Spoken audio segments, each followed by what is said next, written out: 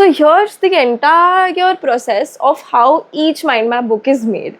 Okay, so initially when we made the mind map book, we were like, this is just a mind map, it's so easy. But now that an entire process is set, I'd like to brief you about how to go from the start to the finish and try to see how each mind map needs to be. So I'll start from backwards so that you understand what it takes to make a book. So the last step is where it is finalization of the book and the launch. Now that's very important because through all these processes you might actually forget that okay, you need to look at it as a book, right? You might forget that this is more than just being a mind map. It's actually going to convert into a book. So whenever you start the process, we always need to make sure that we are having our eyes at the final book, which means that small things that we tend to miss during these 6 processes we should avoid. For example, there might be random full stops, the first letter should be capitalized, or the labelings, the spelling should be correct. So to avoid a lot of trouble in the last phase, we recommend that during these 6 phases only we keep an eye to the details, right? Like where's the arrow, are the first things capitalized, and things like that. That would really help you in the last phase, which is the most stressful phase in my opinion, because there were nights that we've spent sleepless just because of the launch date. So yes, now to ensure that you start correctly, so the start and the end is very important. Once these 2 steps are done, the middle process will be easy if these 2 steps are done perfectly. So let's talk about the first thing, that is you receive a list. Now this list, right, is from the DCI 2026 syllabus, which has a lot of topics that you do not need to do, which is why as a subject matter expert, the first thing you do is revise the list. Open a textbook, see what are the topics that are really important for an undergraduate student, and only then pick those topics that you really need. Which means that if in this list you've been given 10 topics and you think only 2 topics are important, as a subject matter expert, you have the rights to remove all the other 8 topics that you do not need. Another important thing about this step is that sometimes you might have taken a larger chunk of the topic as one mind map, but you may want to divide it. You want to say that suppose there's one large topic which cannot fit into one single mind map. In that case, we have to divide that topic and make sure that we write it twice. So if there is a part 1 and there is a part 2, we have to mention it in the revised list.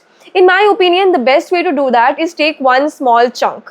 In the sense, take one chapter, do the entire process for that one chapter, make sure that that comes out as a book. Only then you start revising the entire list. That will make a lot of sense if you're beginning right now.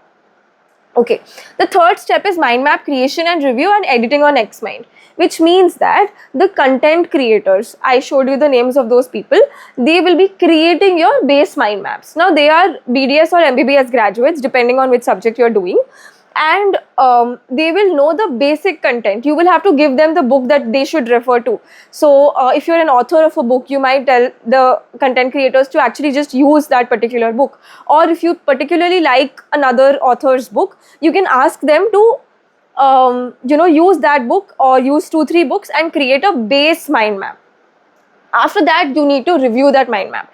So a lot of times what I see is that reviewing will include a lot of deletion of points, because as BDS graduates, we do not know that okay, this is important or this is not important. So we will put out everything. That's what is the instruction given to our content creators. But as a subject matter expert, you have the power to delete things so that the student is not overwhelmed. So the end goal is the book. The book is going to come, it's the student who's reading it should not feel overwhelmed that this is as good as a textbook, right? This is a revision tool. So as a subject matter expert, this review phase is where you're going to delete a lot of things, and that would really help your final product to come out better. Okay. We use this app called as XMind. I would like to speak about this app because this app is also available as the offline version, but we use the online version and we have a premium subscription for it, so that we are able to edit things simultaneously. So your content creator might be on some other laptop and he can edit it while you are on some other laptop, and you can dynamically edit it. Okay. The next step is the illustration process. Now, while you're looking at the mind map, you might think, okay, I need a few illustrations to support it, right? Like you might feel that, okay, this particular branch needs to be very visual. So in that case, I should have a few illustrations for that particular thing. For that, we are going to ask our illustrators to make illustrations. A very important thing that is there is pinning important topics. A lot of students actually told us that, ma'am, which topic is important for NEET? Can you let us know already in the mind map? So that's exactly what we do here. We give you a list of topics that come for the NEET exam. We give the multiple choice questions to you so that you can incorporate it as content directly in your mind map and the student doesn't have to struggle in opening multiple textbooks. Last step, as I said, is design and layout, where the entire team comes together and they take your illustrations, your pins, your mind maps, everything. They put it on a single page as a book. They put page numbers, they design it. That's the last team that works with you. And then is the finalization and launch. This is a brief on the entire process. And now in the next video, we'll talk about each of these steps.